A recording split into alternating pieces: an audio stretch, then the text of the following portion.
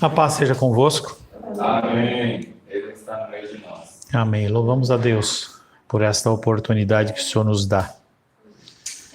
Como eu tenho falado já nos nossos 10 anos de igreja, vivemos dias maus. Muito maus. Estava vendo alguns cortes de pessoas ansiando a chegada do inferno. Um grande cantor de pagode dizendo: eu quero ir para o céu, não. Eu quero ir para o inferno. Lá tem muita cerveja e muita mulher. O outro: eu quero entrar no inferno peladão e fazer uma farra. O outro dizendo que todas as pessoas famosas: eu quero ir para o inferno porque quem sai perdendo é Deus, eu sou uma pessoa incrível. E ontem um ginecologista ele foi preso porque ele não quis atender uma mulher trans que tem não posso falar senão o YouTube corta. Como que um ginecologista vai atender uma mulher trans? Mas esse é o mundo que nós vivemos. E ontem eu saí para caminhar um pouco, a rua, fui num parque aqui perto, e aí eu fiquei olhando. Eu tenho pena. Não é esse o termo, mas vamos usar termo. Eu tenho pena de crianças do tamanho da Heloísa, do Joaquim, da Helena, da Manu, da Júlia, porque vão sofrer demais. Ou eles vão ir para o mundo, o que eu espero que não aconteça, pela semente que nós estamos plantando, ou eles vão para o mundo. Se você não observa a fragilidade dos seres humanos, é muito claro. Os seres humanos eles estão cada vez mais frágeis. Na minha época, quando eu tinha a idade do Daniel, quando alguém tinha alguma indisposição um com o outro, saía no tapa e ali estava jogando futebol e não tinha problema não. Agora a pessoa ela fica com trauma, com estresse, com bullying, metafísico, sei lá, os caras inventam um monte de termo e as pessoas ficam cada vez mais sensíveis. Eu brinco sempre com isso, entendeu? Lógico que não era literal, mas não tinha validade em nada quando eu tinha a idade do Daniel, ninguém morreu, gente. Ninguém morre, ninguém morria. A gente via, mas agora o alimento ele está todo estragado. E as pessoas, elas estão sendo envenenadas com os alimentos. Você não consegue se alimentar bem. É gente com intolerância à lactose. Isso não é frescura. O cara realmente está comendo uma comida que faz mal ao organismo dele. Mulheres querendo emagrecer rapidamente usando essa caneta do inferno aí, que vai gerar danos na geração dela, nos filhos, nos netos. É uma coisa muito doida. E a gente olha as igrejas, grandes igrejas, trazendo um cara extremamente herege de um livro que foi um best-seller há 10 anos atrás, uma igreja com propósito, em que o cara na entrevista fala que não, o homossexualismo é tranquilo, tá tudo certo. E os caras vêm trazer o cara para o Brasil como o cara. Quantas igrejas seguindo esse livro, Uma Vida com Propósitos? Uma igreja. Mas tem várias variações, de repente tem essa vida também. Eu sei que, gente, a igreja está se fragmentando entre aqueles que não são salvos, aqueles que estão dentro de uma igreja que é herege, e uma minoria que ouve a palavra. Ou seja, você vai ser perseguido. Quando você olha na igreja da China, Coreia do Norte, porque tem igreja cristã nessas igrejas, nesses locais. Só que só pode falar aquilo que eles querem que seja falado. Moisés, faz a gentileza. Senta no segundo aqui, porque eu não vejo os dois aqui. Eu quero ver, eu gosto de ver. Mais um.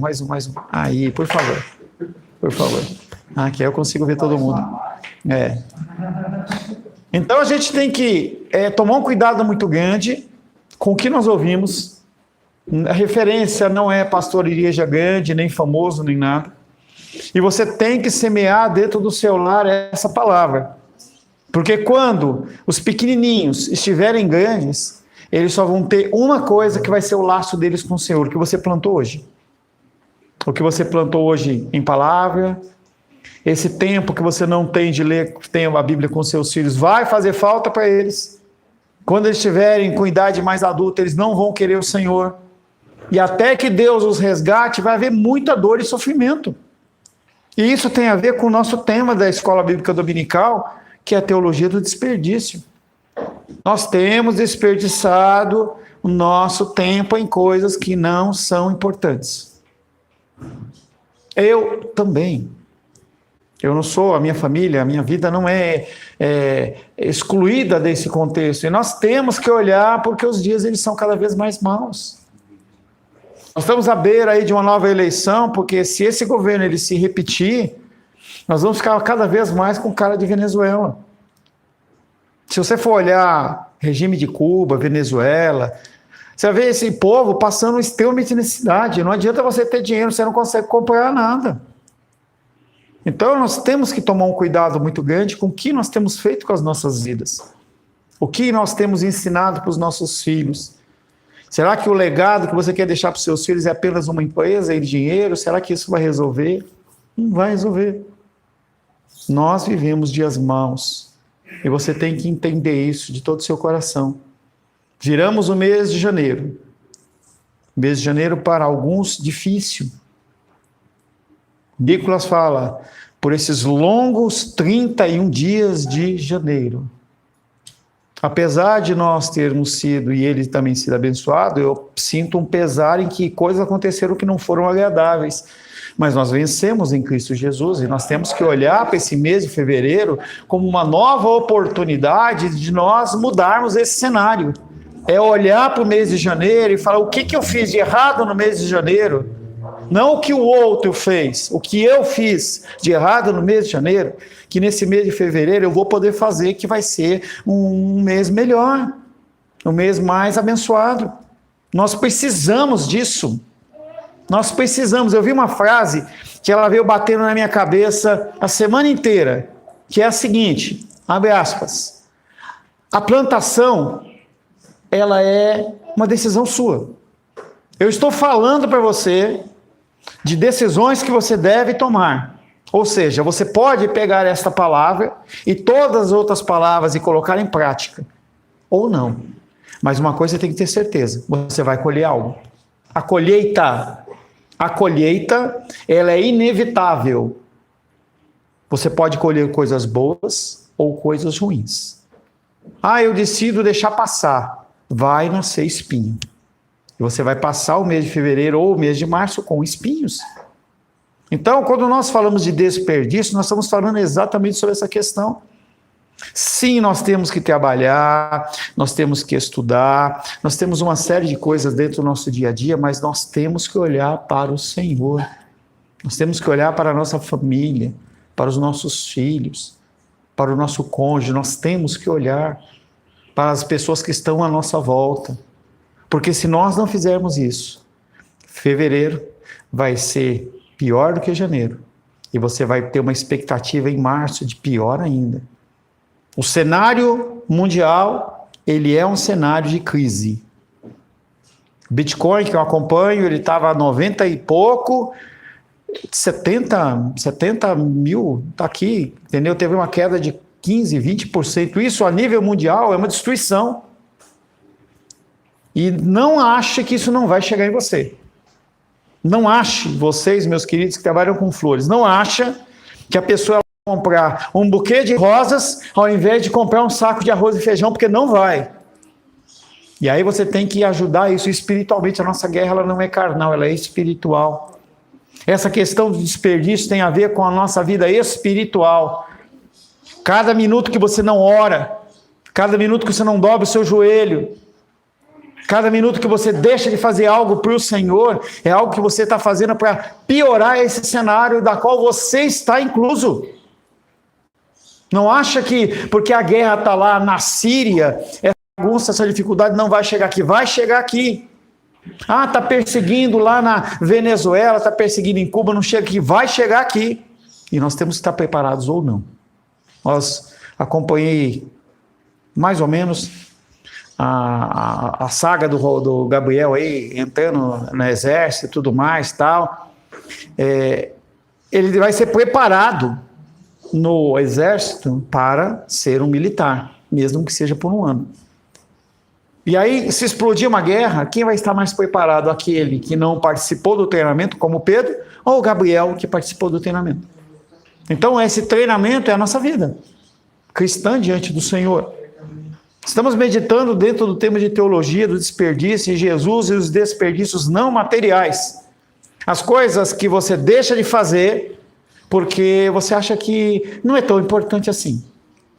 Mateus capítulo 14.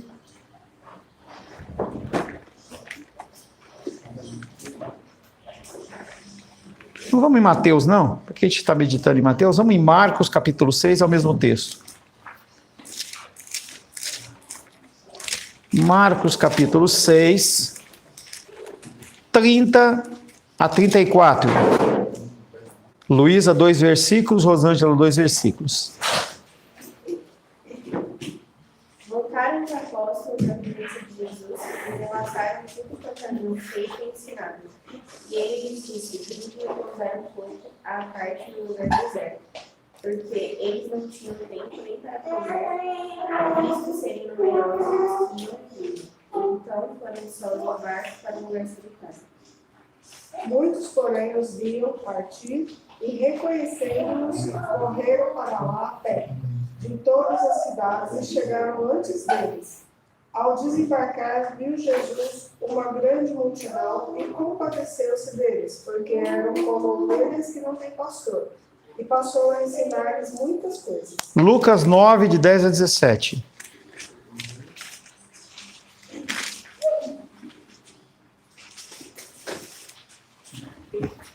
Três versículos.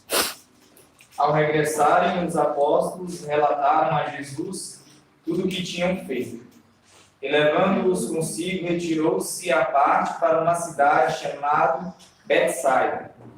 Mas as multidões, ao saberem, seguiram. Acolhendo-as, falava-lhes a respeito do reino de Deus, e socorria os que tinham necessidade de cura. Mas o dia começava a declinar. Então se aproximaram os 12 e lhes disseram: despede a multidão para que, indo às aldeias e campos circunvizinhos, se hospedem e achem alimento, pois estamos aqui em lugar deserto. Helena, verso 13.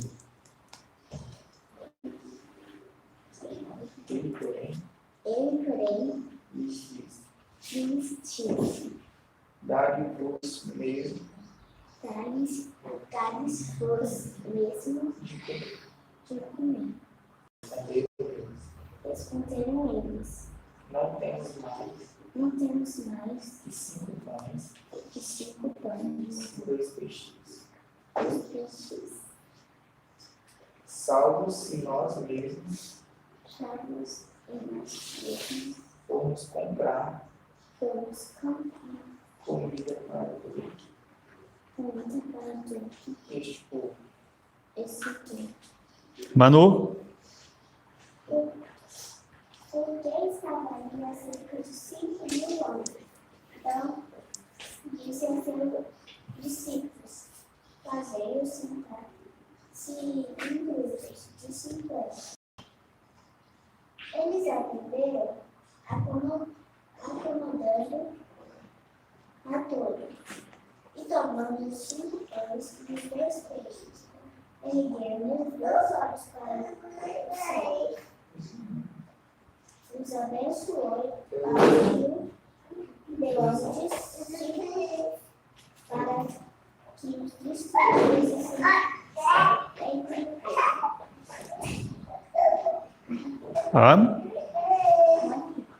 Todos comeram, se fartaram, e dos pedaços que ainda sobejaram foram recolhidos 12 cestos.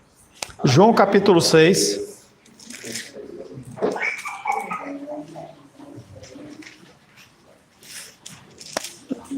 De 1 a 14. João 6, de 1 a 14. Carlos, 3 versículos. Depois destas coisas, atravessou Jesus o mar da Galiléia, que é o de Tiberíades. Seguia numerosa multidão, porque tinha visto os sinais que ele fazia na cura dos enfermos. Então subiu Jesus ao monte e assentou-se ali com os seus discípulos. Ora, a Páscoa, a festa dos judeus, estava próxima. Então Jesus, erguendo os olhos e vendo que grande multidão vinha ter com ele, disse a Filipe: onde compraremos pães para lhe dar a comer? Mas dizia isso para o experimentar, porque ele bem sabia o que estava para fazer. Respondeu-lhe Filipe: não lhes bastariam 200 denários de pão, para receber cada um o seu pedaço. Mais um. Um de seus discípulos, chamado André, irmão de Simão Pedro, informou a Jesus. Mais 3 do próximo. Pedro. Moisés, por favor. 8. 9, 10 e 11. Está aqui um rapaz que tem 5 pães de cevada e 2 peixinhos. Mas que é isto para tantos? E disse Jesus: mandai assentar os homens. E havia muita relva naquele lugar. Assentaram-se, pois, os homens em número de quase 5.000. E Jesus tomou os pães e, havendo dado graça, repartiu-os pelos discípulos, e os discípulos pelos que estavam assentados, e igualmente também dos peixes, quando eles queriam. Pedro. E quando já estavam fartos, disse Jesus aos seus discípulos: recolhei os pedaços que sobraram, para que nada se perca. Assim, pois, o fizeram e encheram 12 cestos de pedaços, os 5 pães de cevada, que sobraram aos que haviam comido. Vendo, pois, os homens o sinal que Jesus fizera, disseram: este é verdadeiramente o profeta que devia vir ao mundo. O último, pode ler ainda. Sabendo, pois, Jesus que estavam para vir com o intuito de arrebatá-lo para o proclamarem rei, retirou-se novamente sozinho para o monte. Algumas observações nesses textos que nós lemos que se referem à questão das 2 multiplicações de pães. Esse texto último de João, em João capítulo 6, verso 2, primeira coisa que mostra é a motivação daquelas pessoas. Por que que essas pessoas elas seguiam a Jesus? Seguiam o numerosa multidão porque tinham visto os sinais que ele fazia na cura dos enfermos. Eles estavam preocupados com o que eles iriam receber no sentido material. E Jesus tinha algo muito mais importante para eles para dar, e eles não estavam atentando. Nós voltamos à condição do mais importante e urgente. Era necessário o alimento? Sim. Era necessário a cura dos enfermos? Sim. Mas isso é o mais importante? Não, isso é urgente. E aí quando nós entramos no verso 9, 6, 9, está um rapaz que tem 5 pães de cevada. Essa questão do pão de cevada era o pão mais pobre e alcançava a classe mais fraca, mais pobre da população. Então Jesus ele está mostrando que aquele alimento, ele alcança aqueles que são simples, aqueles que são mais pobres, aqueles que têm fome realmente dele. Em ambos os casos, a multiplicação de pães e peixes, após todos os famintos se fartarem e levarem o que queriam, o que Jesus falou para fazer? Guardar os pedaços que restavam. Então nós temos que saber administrar os recursos que são colocados nas nossas mãos. Falava isso com a Rosângela ontem. Você tem que olhar para a sua vida e você tem que entender que você tem que tanto aproveitá-la no momento que você está passando, mas você também tem que pensar no futuro. E isso é um equilíbrio que você tem que ter. Se você pensar apenas no futuro, você não vive o hoje. Se você pensar apenas no hoje, você não vai ter futuro. E isso é uma dinâmica muito séria, porque você tem que administrar a sua vida, porque o tempo ela não volta atrás. Quando nós falamos do mais importante e urgente, o tempo não volta atrás para você poder refazer. Quando a gente trabalhava não, quando tinha videocassete na época, você estava vendo uma cena, aí você queria voltar, sei lá, dava o rewind, ele voltava um pouquinho, você via a cena de novo. No seu cenário de vida, isso não é possível. Passou, passou. É por isso que você tem que olhar para o seu relacionamento com Deus, o seu relacionamento com o seu cônjuge, se você tiver, relacionamento com as pessoas que são importantes e caras, com os teus filhos, porque esse tempo não passa, ele não volta atrás. Estava vendo uma série ontem que o rapaz ele estava lá invocado, bravo com o pai dele, e não queria conversa, porque achava que o pai tinha abandonado, não tinha amado e tudo mais. E aí o pai morreu. Quando ele sentou na cadeira do pai, lá no escritório do pai, ele pegou a carteira do pai e abriu, ele era um repórter, ele começou a ver alguns recortes de jornal das ações dele, ele começou a chorar. E a mãe chegou e falou, teu pai te amava, ele só não sabia expressar do jeito que você queria. E pegou um grande álbum de recortes e colocou na frente dele, em que o pai foi mapeando toda a vida profissional do filho, falando assim, eu tenho orgulho do meu filho. O tempo passa. Jesus está mostrando aqui que nós temos que olhar tanto para o presente como para o futuro. Com o passado nós aprendemos. O que você fez? Ele tem que ser alterado, tem que ser mudado, não deu resultado daquilo que você esperava, não é o resultado que Deus ele quer que você tenha. Você tem que estabelecer estratégias e metas para que você possa ter mudança em todos os âmbitos. Espiritual, financeiro, profissional, acadêmico, o que quer que seja, você tem que mudar a sua forma de agir. Jesus mandou que os discípulos guardassem todos os pedaços que restaram em cestos. Na primeira ocasião, recolheram 12 cestos cheios de pão e de peixe. Nós lemos em Marcos 6,43. Na segunda, eles recolheram 7 cestos, Marcos 8,8. Esses números 7 e 12 são números que são simbólicos. Eles aparecem bastante dentro do Apocalipse. Esse sentido 12 é um sentido de plenitude. Então, quando nós olhamos, e Jane acompanhou isso lá no curso que teve de Apocalipse, quando você fala 144 mil, são as 12 tribos de Israel, os 12 apóstolos das 144, e 1000 quer dizer a plenitude. Está falando sobre todos os israelitas e todos os cristãos que realmente são filhos dele, que estão englobados ali. Não é um número fixo, não é um número certo. O 7 é um número de perfeição, também está mostrando ali a ação divina de Deus, que Ele é perfeito nas nossas vidas. O mês de janeiro foi complexo, foi difícil, mas nós estamos novamente no mês de fevereiro diante do Senhor, com a notícia de que tudo que Ele faz para nós, Ele é bom, mesmo que não seja bom aos nossos olhos, mesmo que não seja bom dentro da tua perspectiva desse momento. Mas Deus, dentro de uma visão de eternidade, Ele olha e fala, cumpriu o meu propósito, porque nenhum plano dele pode ser frustrado. A razão por que os discípulos cuidaram destas sobras de comida, aparentemente não foi porque pensaram que um dia estariam com fome e precisariam dela. E aí, isso é errado, eu vou guardar porque senão vai faltar. Não é esse o raciocínio. O raciocínio é a utilização com sabedoria, a mordomia cristã com perfeição daquilo que Deus tem entregue na tua vida. Teu trabalho, tua família, os recursos, o que quer que seja. Você é mordomo do Senhor.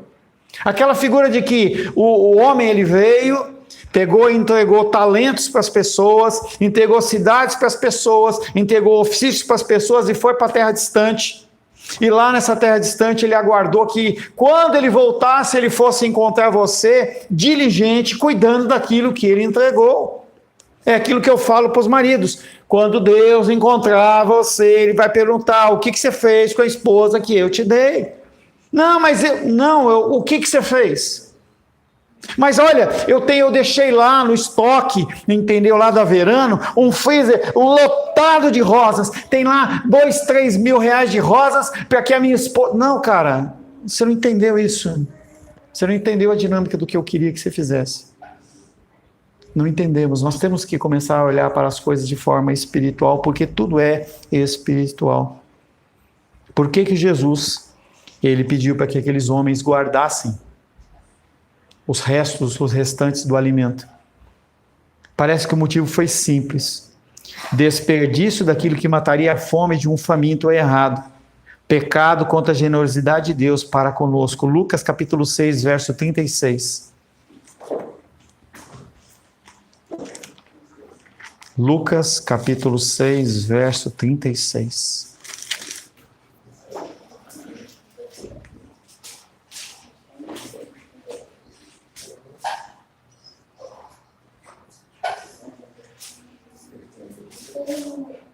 Lucas capítulo 6, verso 36.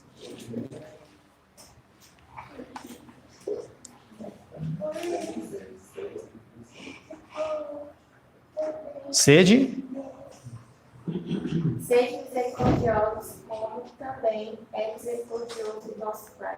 O que é misericórdia? Fácil? Oi? O que é misericórdia? O que é misericórdia? Quando nós pensamos neste conceito de misericórdia, é você tirar os olhos de si e colocar os olhos nos outros. O que isso tem a ver com multiplicação de pães? Jesus estava sendo misericordioso com aqueles que têm fome. Os recursos que nós temos, o consumo que nós temos dos alimentos, o que nós jogamos fora, isso é a falta de misericórdia com aquele que tem fome. Porque quando nós não otimizamos o alimento, o consumo das coisas dentro de casa, a gente está desperdiçando naquilo que Deus entregou nas nossas mãos. Nós temos mais dificuldade de abrir a nossa mão para abençoar vidas.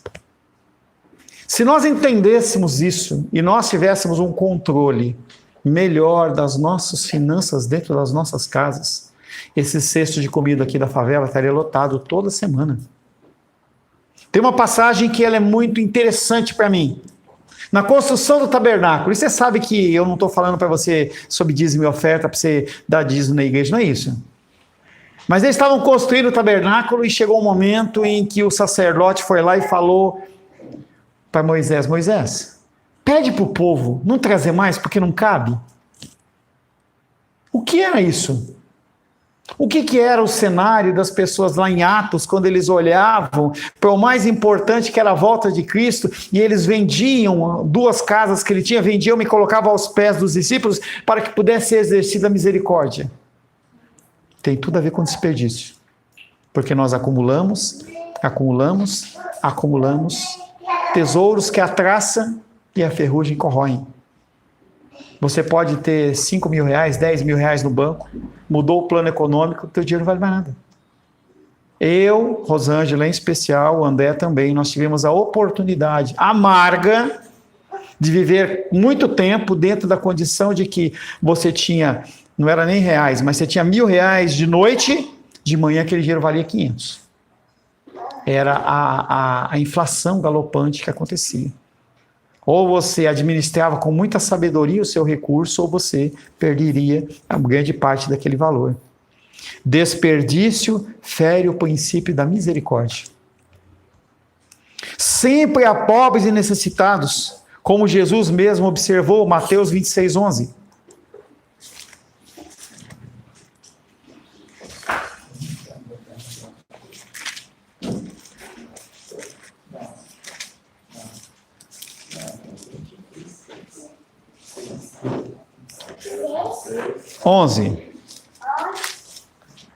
Porque os pobres sempre os tendes convosco, mas a mim nem sempre me tendes. Existem pobres, existiam pobres e vão existir pobres no futuro. O que nós fazemos para que essa necessidade ela seja minimizada? O que nós fazemos?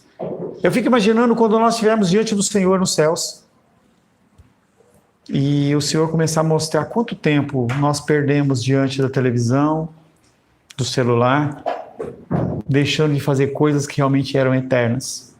Por isso que eu sempre falo, o dia do Senhor, ele é um dia de trevas, não é de luz. É um dia de dor, não é de alegria. Se você acha que você vai estar diante do Senhor no dia do juízo dele, entrando e pulando, dando braço de alegria, você não vai fazer isso. Vergonha. Já falei para vocês que tem uma coisa, um videozinho na internet que mostra a figura de um homem travestido de Cristo, com a cruz do Calvário na cabeça, aquela cruz de espinho, cruz na cabeça de espinhos. E a pessoa está sentada e aí acende a luz, a pessoa dá de cara com uma figura de Cristo. Reações diversas. Nenhum deles de alegria. Todos de vergonha. As pessoas não sabem como se portar diante do Altíssimo, porque muitas delas desperdiçaram as suas próprias vidas. A razão de Maria, nesse texto de Mateus 26, a razão de Maria derramar o precioso bálsamo sobre a cabeça de Jesus, ele foi um ato de amor, não foi um desperdício. Muitos discípulos pensaram, é um desperdício. Por que a gente não pegou esse dinheiro e deu para o pobre? Aquilo era um evento que não era um desperdício. A pessoa ela estava tentando demonstrar a coisa mais importante, que é o amor ao Senhor. E o segundo mandamento, com promessa, é: e o próximo como a ti mesmo. Ela estava ali preparando o corpo do seu Senhor. Um evento que o próprio Cristo falou que iria ser falado por gerações. Estamos aqui, dia 1º de fevereiro de 2026, não 2016, 2026, não é mesmo? Falando sobre esse ato, que não foi um desperdício. Aqueles homens não entendiam o sacrifício de fé e de amor que estava sendo feito para o seu sepultamento. Marcos capítulo 8, verso 18.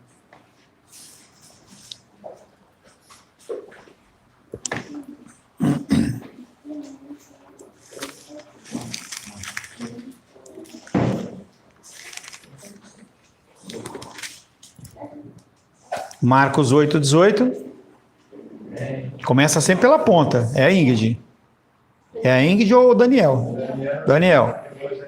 8, 18. Tendo olhos, não veem, e tendo ouvidos, não ouvistes, não vos lembrais. E aí, olhos que veem, que não veem. Ouvidos que ouvem, mas não ouvem. Por que nós temos sentidos e nós não usamos? Por que nós deixamos de utilizar aquilo que o Senhor nos concede para que nós possamos ser pessoas melhores, cristãos melhores? Nós optamos por não fazer isso. Marcos, mais do que qualquer outro evangelista, destaca problemas que os discípulos apresentaram em assimilar as verdades transformadoras que Jesus lhes ensinava. Então Marcos, ele mostra como aquelas pessoas tinham dificuldade. Sentavam diante do mestre, ouviam a palavra, mas não conseguiam colocar em prática. Quando estava lá em nós estamos em 2025, 2010 mais ou menos, a gente estava lá na igreja da Lapa, em São Paulo. Nós começamos a fazer o trabalho de marketing da igreja. Não havia site com pregação, não havia YouTube que passasse o vídeo como nós temos hoje. E aí o meu amigo, ele estudou, amigo meu, Antônio Carlos Gava, amigo meu lá, ele era um professor de informática de uma faculdade, e ele começou a estudar de uma revista chamada Revista Info. Ele falou assim, vamos começar a fazer? Eu falei, vamos. Primeiramente, nós começamos a gravar o áudio e passar para as pessoas fita cassete.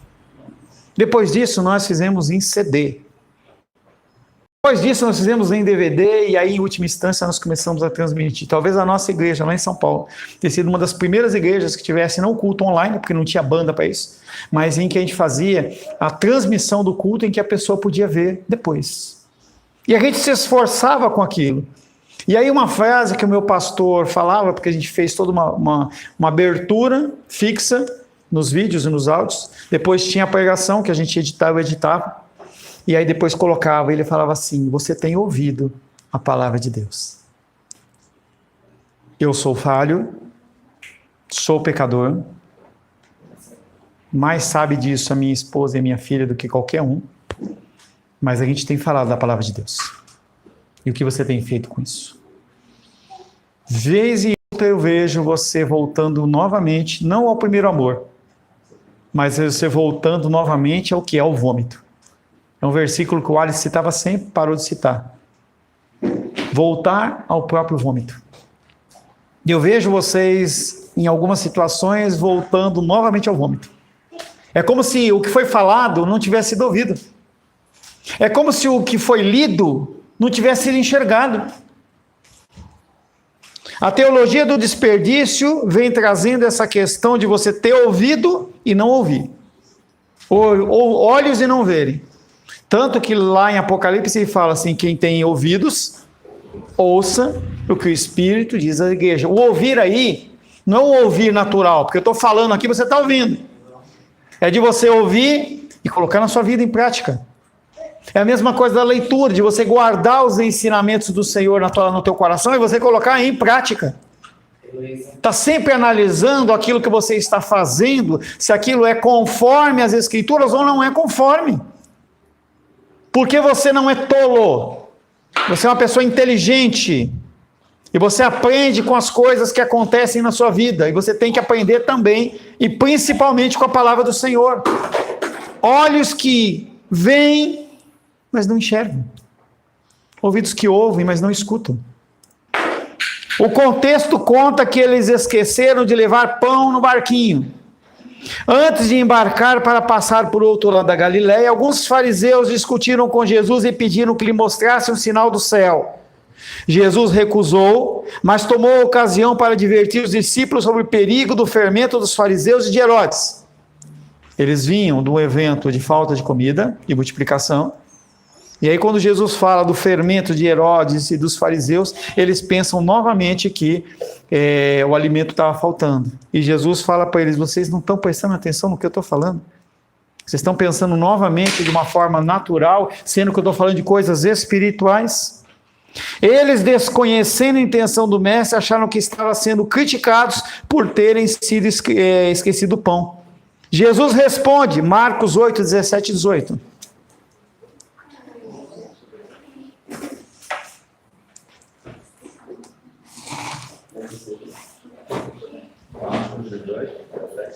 Marcos 8, verso 17 e 18.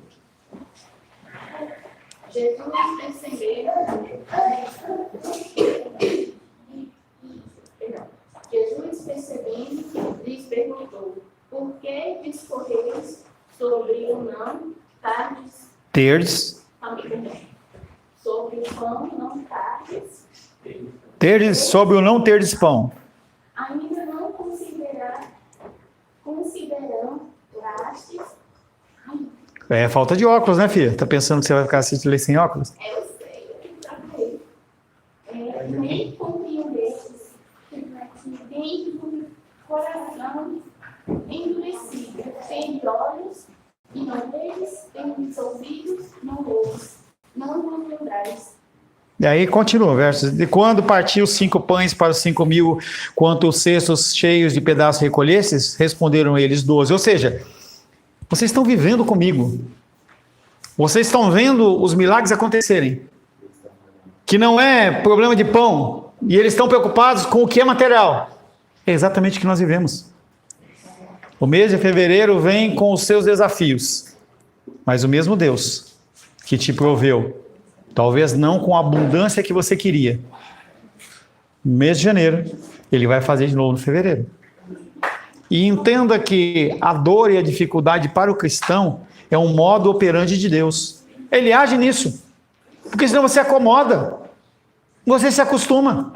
E você para de procurar. E eu sempre falo para você, se você começa a se afastar do Senhor, sabe o que vai acontecer? Ele vai puxar corda. Ele vai puxar a corda e vai mostrar para você, olha, você continua dependendo de mim. Por isso que a nossa prosperidade, ela não é um pico ascendente que vai para a estratosfera. Ele vai fazendo assim, sobe e desce. Sobe e desce. Por quê? Porque se você vier numa curva ascendente, você se acomoda, você vai achar que está tudo certo, que Deus está com você e que eu não tenho problema, e você começa a querer cada vez mais, eu tenho que aproveitar, e você vai e você se perde. Se não utilizarmos a capacidade que Deus nos deu para raciocinar, caímos no pecado do desperdício. Isso provoca a ira do Senhor, porque criados à sua imagem, temos a obrigação de pensar com lógica.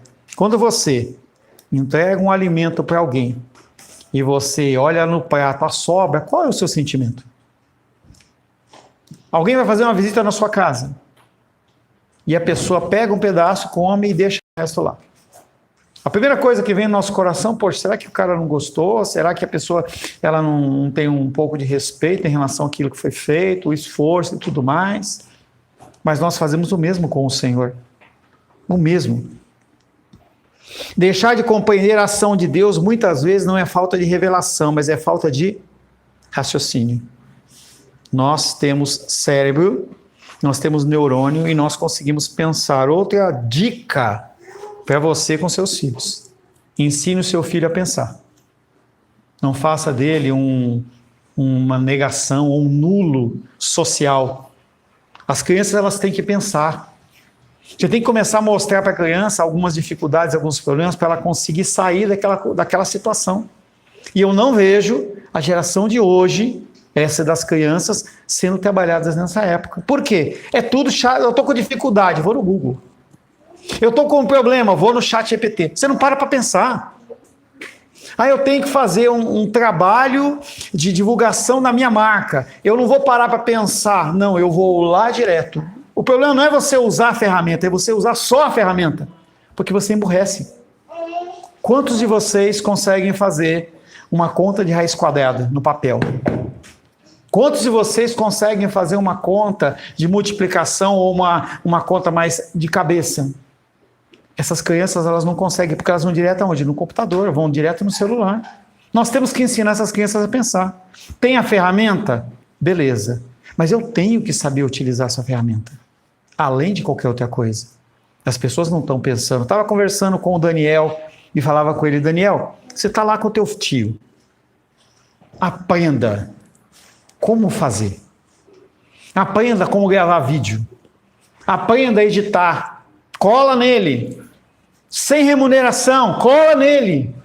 Porque no futuro, você pode ser dono de uma floricultura, você pode ser uma pessoa que dá suporte para as pessoas, porque uma das funções que mais está em alta hoje são pessoas que cuidam das contas dos outros, porque a pessoa não sabe administrar. Então você pega e entrega a tua conta bancária para a pessoa e a pessoa ela vai fazer a planilha. Quanto você gasta de água, luz, telefone e tal, e paga, porque a pessoa não consegue.